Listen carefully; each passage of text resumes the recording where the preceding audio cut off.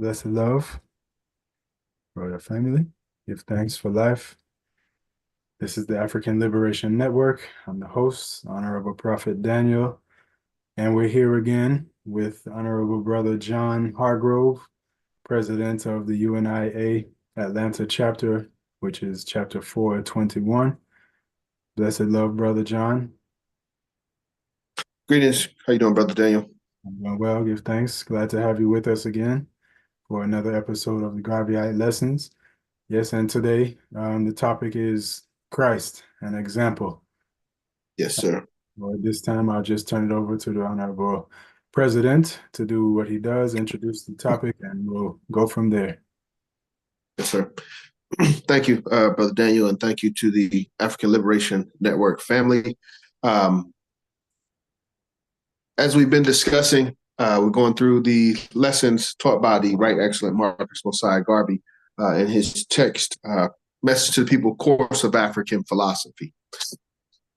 We're coming to the end of what I like to call the first phase of this text. We've gone through 5 lessons. Tonight, we're going to talk about our 6th lesson titled Christ. The first 7 lessons of this text should be understood to be reflective lessons. By that, I mean, if there was a symbol that I could give for these to describe the first 7 lessons, it would be a mirror. In the first 7 lessons, Mr. Garvey is asking us to look at ourselves and to really question who it is that we are and what it is that we want to be, and how do we plan to achieve our goals for those that aspire for excellence. Lesson 6 gives us, as I've said, as we said, an example. Mr. Garvey was a Christian, Catholic, to be specific, and the example that he was given, the example that he stood on and knew most about, is the example of the teachings of Christ. So that is what we will be discussing today. Any questions that you've got before we go into that lesson? Well, my question would just be, what would you say that Marcus Garvey, what was his stance on Christ, being that we've established in previous programs that the UNIA is not really about religion. It's a universal Negro Improvement Association, so it's not exclusive to anyone. Some people don't believe in Christ necessarily. Some people don't even have that, understanding of what Christ is, but they still might be want to be members of the UNIA. So, But then you went out for a second. Can you hear me? I can hear you better now. Yes. Okay, sorry. So I was saying, being that the Universal Negro Improvement Association is universal in the sense that, it's not about any particular religion, it's not exclusive. What is Marcus Garvey's stance as it relates to Christ and the members of the UNIA? That's a great question. And yes, you're absolutely right. The Universal Negro Improvement Association, as the first term implies, is a universal movement. So this is honestly where we have the least amount of text, the least amount of doctrine is around that of religion. Now, you asked again, what was Mr. Garvey's position? Mr. Garvey's position, as explained in the text, is that we should all have examples, examples that cause us to question our own lifestyles in respect of, are we doing the most that we can be doing in our time in this physical form? For Mr. Garvey, Christ was that example. Outside of Christianity, for Muslims, they would look to Prophet Muhammad, obviously. Judaism, I'm not exactly sure, but I would assume Abraham would be somewhere in their studies. Moses would probably be one of their high exemplary characters. But the point is, we should all have some examples within our life, whether they're religious, spiritual, or if it's just a, great grandfather, great grandmother that you heard about a long time ago that lived an exemplary life. We should all have ancestors that we can look to that cause us to question, are we doing the most that we can do? Are we living up to the legacy of our ancestors, of our forefathers? And again, from Mr. Garvey's standpoint, Christ was that example that he was given. Thank you very much. That gives a lot of clarity. Yeah, even the title of the video, Christ an example, is to say that it's not necessarily to say Jesus Christ, that he, is necessarily suggesting that his members look up to, but more so that there's some Yes. individual that they can see that has an exemplary life that they can kind of model themselves after, or, not to say even model themselves after, but kind of try to live up to, or, I don't know if I'm terming it right, but just, someone who can be like a role model, a high role Yes. model. Yeah. I think spiritual role model will be a good term as well. But the key is, as we just discussed a couple weeks ago, we talked about the lesson titled God. Mhm. One of the core beliefs in Garveyism, and I would say in universal African nationalism or Black liberation, global Black liberation, would be a concept of a divinity. For the UNIA, our motto is one God, one aim, one destiny. So that is the very foundation, is the belief in something greater than ourselves, something more, quote unquote, more superior than ourselves. This lesson titled 6 talks about certain examples that we've been given throughout life, to where human individuals have reached as what Garvey describes, he says, is as close to an eye-to-eye perspective with God as possible. So from a Christian perspective, Christ, would have been as close to, having a eye-to-eye, a similar mindset as God. Moses would have had a very similar mindset as God. Muhammad would have had a very similar mindset as Allah. So if they would they would exemplify and personify what that looks like. So Garvey gives us and reminds us of these examples, and he gives us it's basically our somewhat of an ultimate objective.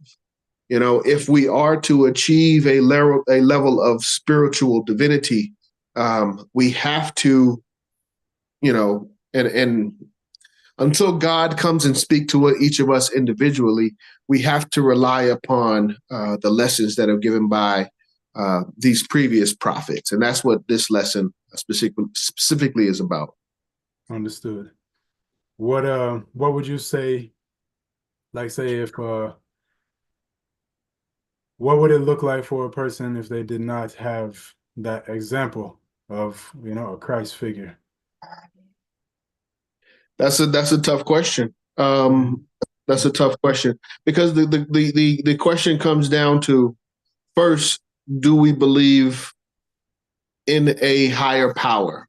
Whether we call it God, Allah, Yahweh, whatever we call it, do we believe in a higher power greater than ourselves? Do we agree that, as Garvey says, man is not in control of his birth? We didn't get to choose what day we were born, and the day that we die will probably most likely not be within our will either.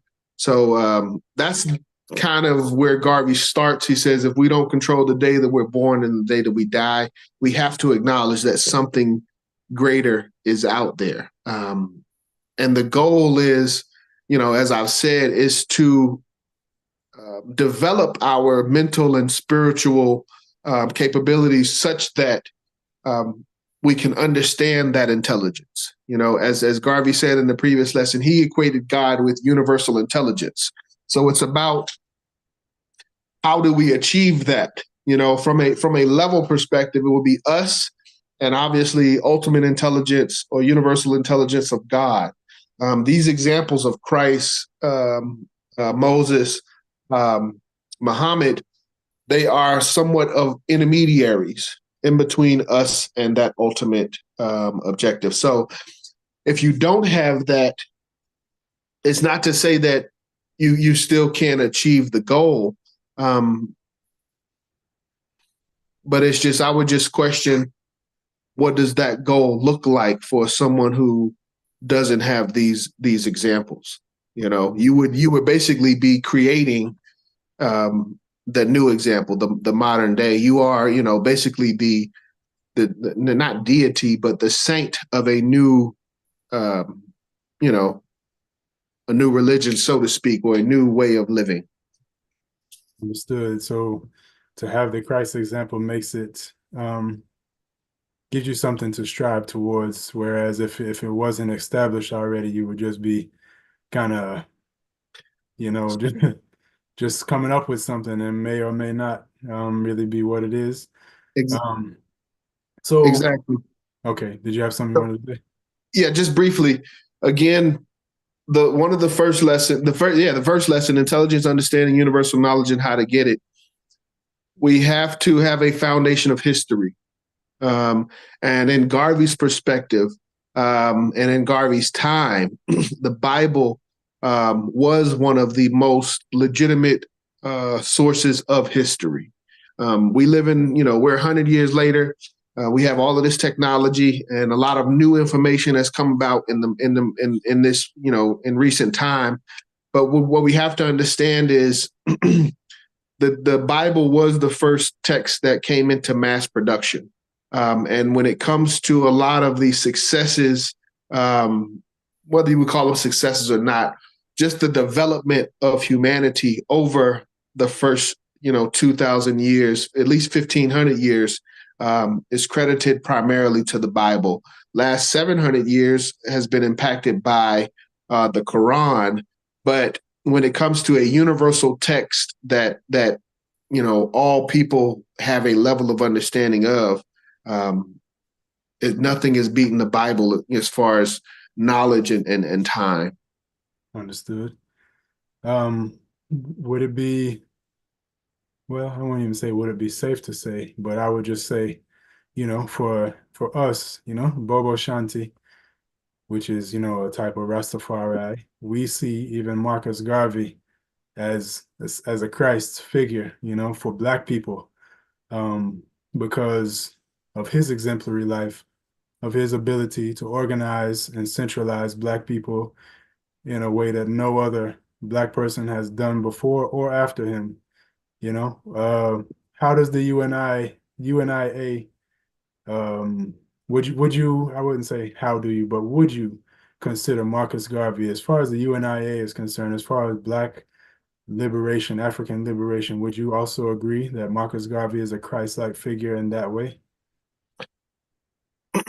Yes, I can definitely see that. I can definitely see that. I can definitely understand that. One thing that we have to consider, though, when we think of these great individuals, especially these great individuals within modern times, such as Mr. Garvey, and some of the, I'll call it a mistake that we make, is to overemphasize these individuals. Now, Mr. Garvey, I'm a Garveyite. I'm a follower of Mr. Garvey. He is the greatest man to walk the planet Earth since Christ, in my opinion, because I'm also a Christian. However, one of the main things, it's a very, very key overlooked principle of all of these teachings. And it really comes down to, you have the ability within yourself. So when we deify Garvey, sometimes we have the effect of putting his accomplishments above our own potential.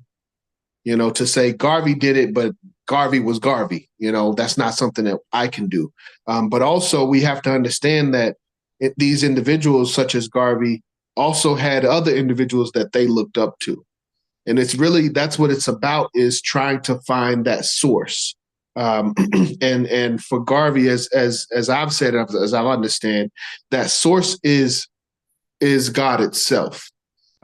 So you're trying to do the best that you can to be one with the source of creation, to be one with the intelligence of the universe. But in order to do that, what Garvey teaches us is, instead of trying to reinvent the wheel and establish a connection directly yourself in your own time, look to history. Look to those that came before you. Look to the examples that have been laid before you. So I do think it is important for us to revere and honor Mr. Garvey. But even more importantly, we should understand, one, his message as to our potential and what we could do and what he was trying to teach us to do. But two, what was his source? He wasn't the first, to do what he did. He studied, lessons that came before him. And that's really what it's about, is using these great individuals to get a shortcut to the source, because we're surrounded by people. Even in modern day, there's several famous people that you should know, people that are being pushed into our face, award ceremonies and, hip hop ceremonies and movie awards, all of these people that we should, quote unquote, should know. But, we can take our time and study, these hundreds of thousands of people that are being promoted to us, or we can take it upon ourselves to study the 10 and 20, great individuals such as Mr. Garvey, such as Haile Selassie, such as Nat Turner, Booker T. Washington. And we can study those individuals and find out what was their connection to the source. Yeah, thanks. Yeah, ultimately, I think it comes down to, like, my interpretation and understanding of Christ is that the purpose of Christ even being here on earth is just Mm-hmm. it's just for humans to see our own potential, Yes, and sir. not to, as you said, not to make it like his achievements or anybody else's achievements are beyond what we have the potential to do. And that's why he went through, human things like, losing friends, losing family members, being betrayed, being scorned for being good, and all of that stuff is just to show us that, yeah, you too can do great works. Yeah, people will laugh at you, people will try to accuse you, but if you just stay focused and continue to do what you know to be the best, then you also can rise above all of that, and you can be written down in history and remembered just like Mm. anybody else who came before you. And so Yes, sir. when it comes to Marcus Garvey now, when it comes to African liberation, is not to say like, okay, Marcus Garvey never made a mistake in his life, or, because like I think what we tend to do is to like equate God to being like flawless, in a sense that um no other person could be God-like, because we all have had maybe lustful thoughts, or we've all maybe taken something, stolen a little candy when we were little, or some, just some kind of like very petty kind of thing that we've done in our life. And maybe even we still have, thoughts or um temptations, and sometimes we may give in to temptations, but to me it's more so about understanding that, yeah, you're human, and God, even God, the creator of the universe, he didn't create everything just perfect. And, it like his creation is still evolving. Humans are still evolving, and it took time for things to come to what we see now. And even as we see it, it's not exactly perfect. You know what I mean? So if we believe that the creator created all things and he's flawless, Mm. then we either have to accept that he too, he, she, it could create things that are not flawless and that have to take time to evolve, just like we also are going through a process of evolution within ourselves as individuals, and that we also have we can perfect things. We can make ourselves better. It's just to focus on self-mastery. So that's why I could see Marcus Garvey as a Christ and not have to be apologetic about it, is because I mean, when it comes to liberation of Black people, I don't see anybody else who can really hold a candle, besides Haile Selassie and Marcus. We deal with King Emmanuel, Charles Edwards, the former of the Ethiopia Africa Black International Congress, which I'm a member of. But all three of them, created organizations to unite Black people to the same aims and objectives they all had, which was African unity, brotherhood and sisterhood, international morality, righteousness, all of those things. So it's like we just see them as all like Christ, but not to distinguish them, to say that they're beyond what we as individuals could accomplish and achieve within our life. Yes, sir. Yeah. Yes, sir. Let me just respond really briefly, and then I'll let you go ahead. But a key word that you said in there is purpose. So it's about each of us understanding our purpose, and considering the fact that our purpose is not unique to our time. We aren't the first individuals sent to this realm to do what our purpose is. So a lot of times for us to look back into history and see the accomplishments of others, when we talk about being woke, that's what that does. It awakens individuals to their purpose. You start to see, some people believe in reincarnation or certain things. You start to see, what Nat Turner did, the sacrifices that he made, and that awakens, something within yourself to say, what is my purpose in this time? How do we honor, that legacy and those sacrifices in this time? So I like that word of purpose. Well, thank you, brother. I always appreciate building with you, Yeah, this isn't really an interview, yes, I'm asking you questions because you are the president of the UNIA and you have definitely a clear understanding of the principles, the aims and objectives of such, but we're talking to each other, Yes, so yeah, thanks. It's good to share ideas and build with each other. But yeah, moving forward now, the principles, the aims and objectives of the UNIA, does it being that this is coming from the message to the people, would you say that Marcus Garvey is implying by putting that into his message to the people that we should strive to be like Christ? That's a great question. It's a tough question, but I will answer it. In essence, yes, but only in the default of, as I said, this was the example that he was given, that he grew up on, that he found success in his life through dependence on Christ. If he was born a Muslim or if he was born a Jew, that name could have easily been replaced. But in honesty of who he is, and Garvey will talk about, he talks about it when he talks about personality. He says that we all must live, when we talk, we call it swag nowadays, but being yourself, having your own personality, having your own, way of doing things. Christianity, he was true to Christianity.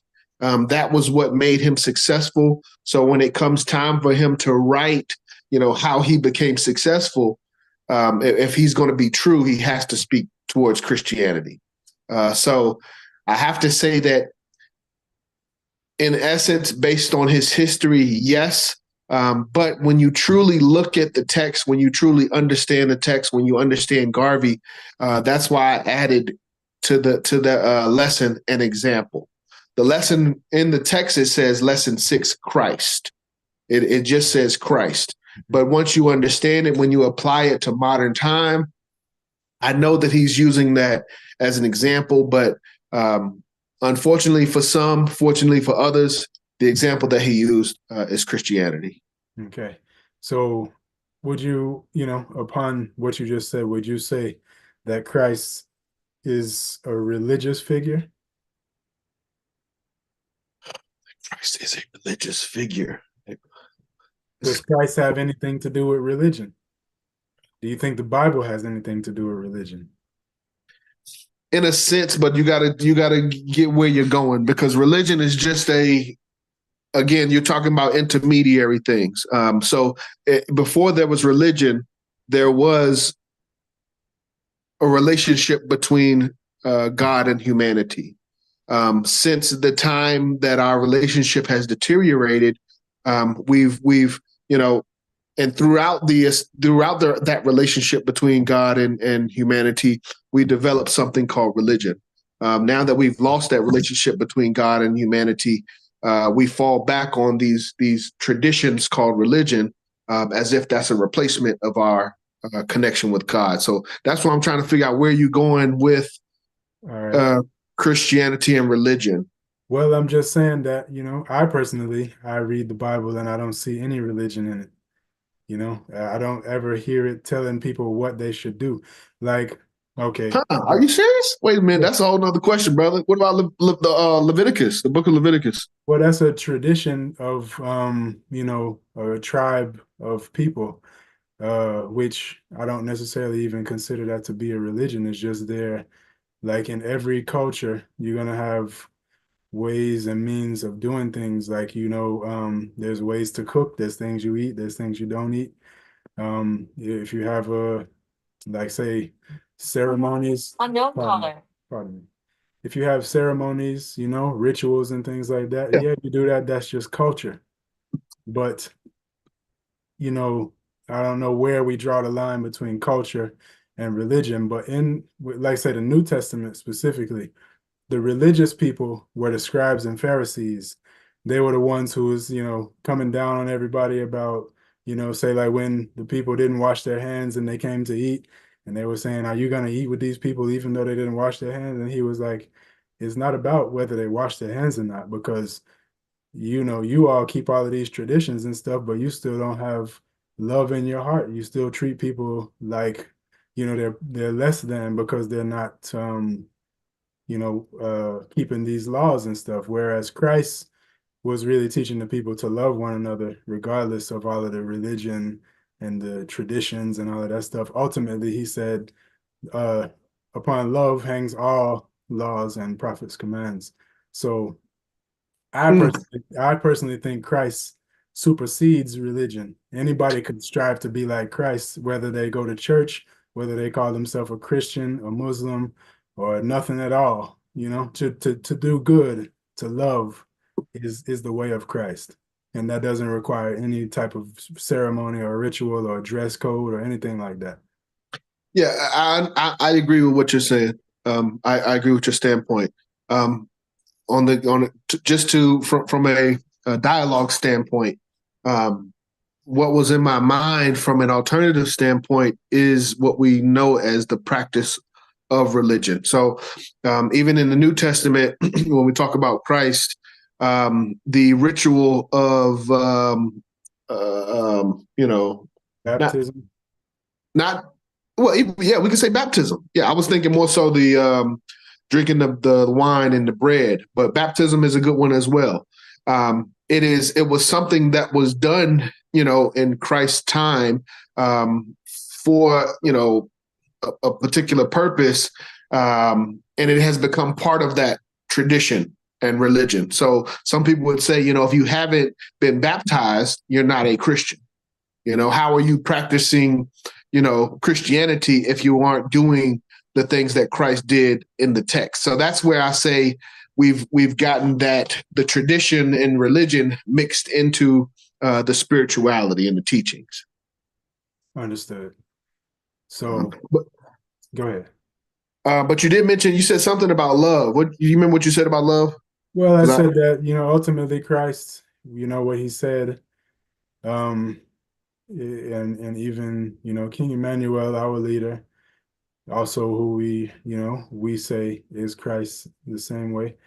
Well, there's a few things Christ said, but specifically regarding love, he said, love is that's what they call it, the golden rule. Upon Hmm. love hangs all the laws and commandments.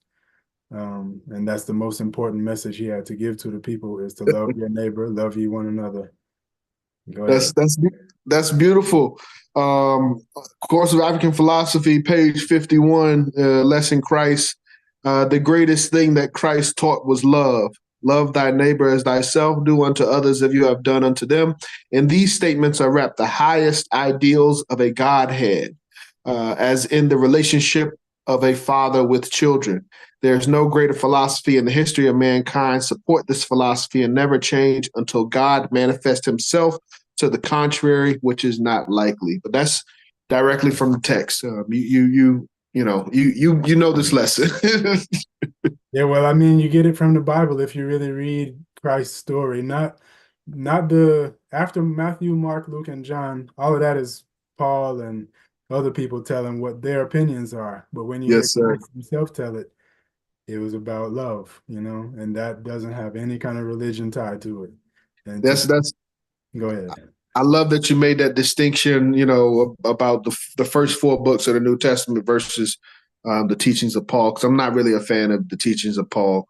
I'm not really a fan of an individual. I mean, it's just me personally. Me and God and Christ will have that discussion when the time comes. But if I was to live my entire life, 30 something years with a certain, for the past couple of years with certain group of individuals, and then I pass on, and most of my teachings come from someone that never knew me in my life, I would feel some type of I wouldn't agree with that. So I True. just I've always felt some type of way about Paul's teachings.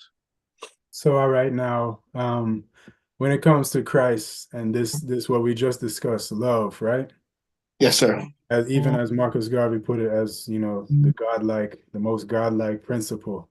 Yes, sir. When it comes to African liberation now and the aims and objectives of the UNIA, this Yes, love, sir. this godly love, that's what we as Black people for the longest time have been not displaying well enough with each other. How would you say this teaching, this principle, this lesson of Christ and love, it could be interpreted even beyond the religion aspect of it, but towards Black people and our future and our freedom and the aims and objectives of the UNIA? How much of a part does love and the teaching of Christ have to do with our success in liberating ourselves? I hope that was clear.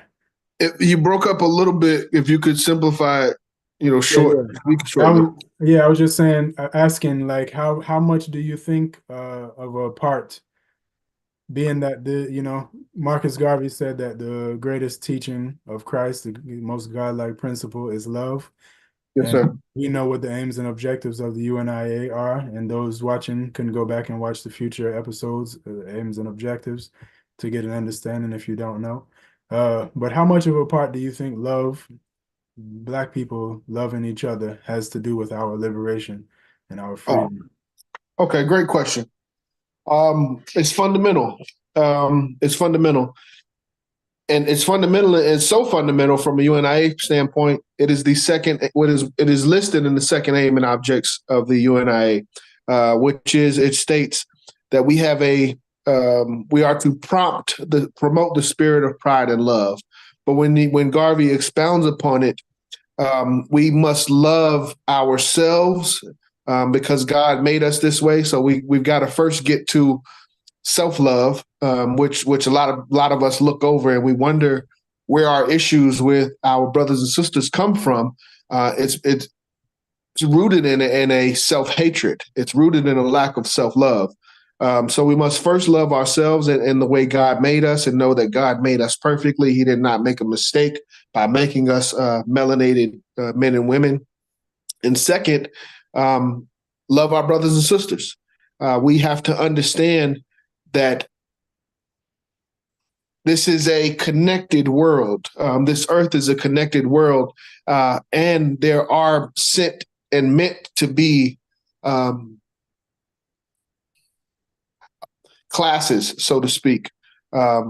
not everyone wants to be in a rulership class.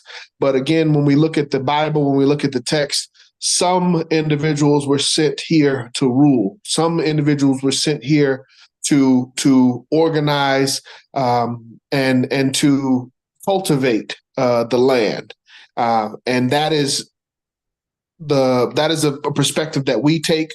Garvey says that for us not to live up to the expectations and the potential that God put in us is a disrespect to God. So we must love ourselves, we must love each other, and we must understand that we have a responsibility to restore righteousness to this realm called Earth. And in the process of doing that, one of the major components is the liberation of our people and the restoration of our people's mental capacity, as well as our position of righteousness. So it's fundamental. It's fundamental to our goals. All right. Well, give thanks. That's, that puts this teaching of Christ into a proper perspective as far as, the importance of who Christ is, what he stood for, and how it's relevant to the, black people and the UNIA in particular. But yeah, I don't have, any more questions really, but if there's anything that you wanted to express to the people on this particular topic that I didn't prompt you to express, the floor is yours for a moment and then we'll close up. Sure. I'll just share a few excerpts from the lesson on Christ. So Mr. Garvey says, in every man there is a spirit of God, that is to say, that which is there to advise you and direct you to do good always. And each man also is the free will soul, which is the mind.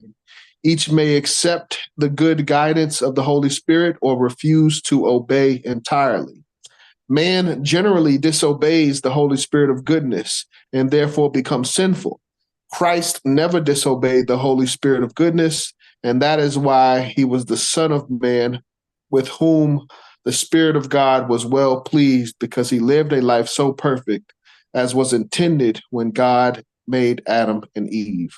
The mission of Christ, therefore, was to redeem man from sin and place him back on the pinnacle of goodness as God intended when he made the first two creatures. So again, in essence, an example, not just an example for us to do charity, for us to, do feeding programs, for us to give money, but an example of righteous rulership.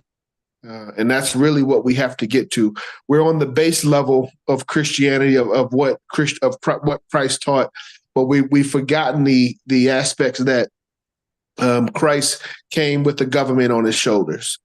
So he was not just coming to provide social programs, but he was coming to provide a government with institutions and organization, but from a righteous standpoint. And we have to get back to those aspects.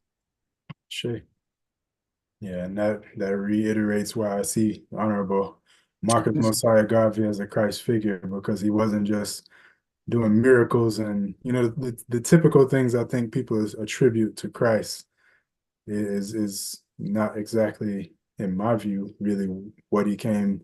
It's just the things that people marvel at. But Yes, really, truly, his purpose was,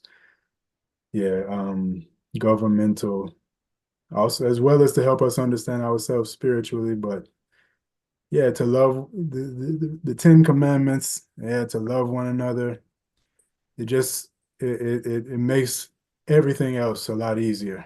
You're Yeah. not gonna have so much crime when people love each other.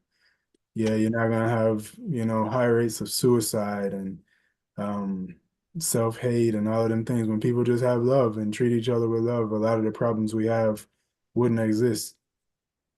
Yes, sir. Yeah. So anyway, brother, I don't know if there's anything else you wanted to share, but no, that's all I got, my brother. Until next time. all right. I So appreciate your time. give the people the information as far as how to reach out, how to be involved with the UNIA. Yes, sir. You can reach us, division office 678-631-9404. That'll be local UNIA-ACL Division 421 administration. You can also find us on social media, UNIA Division 421 Atlanta, YouTube, Facebook, and Instagram. And yeah, that's appreciate you, my brother. Thank you. Yeah, we appreciate you. Thanks for being with us again. Thanks to all the viewers for tuning in. Hopefully this was informative and helpful. And yeah, we look forward to being here again in a couple of weeks with the brother John Hargrove, the president of the UNIA-ACL Chapter 421 in Atlanta. And, do reach out, do be involved. We're not here to just talk. Yes, we're talking because talking helps to teach and instruct, but application of, the lessons is very important as well.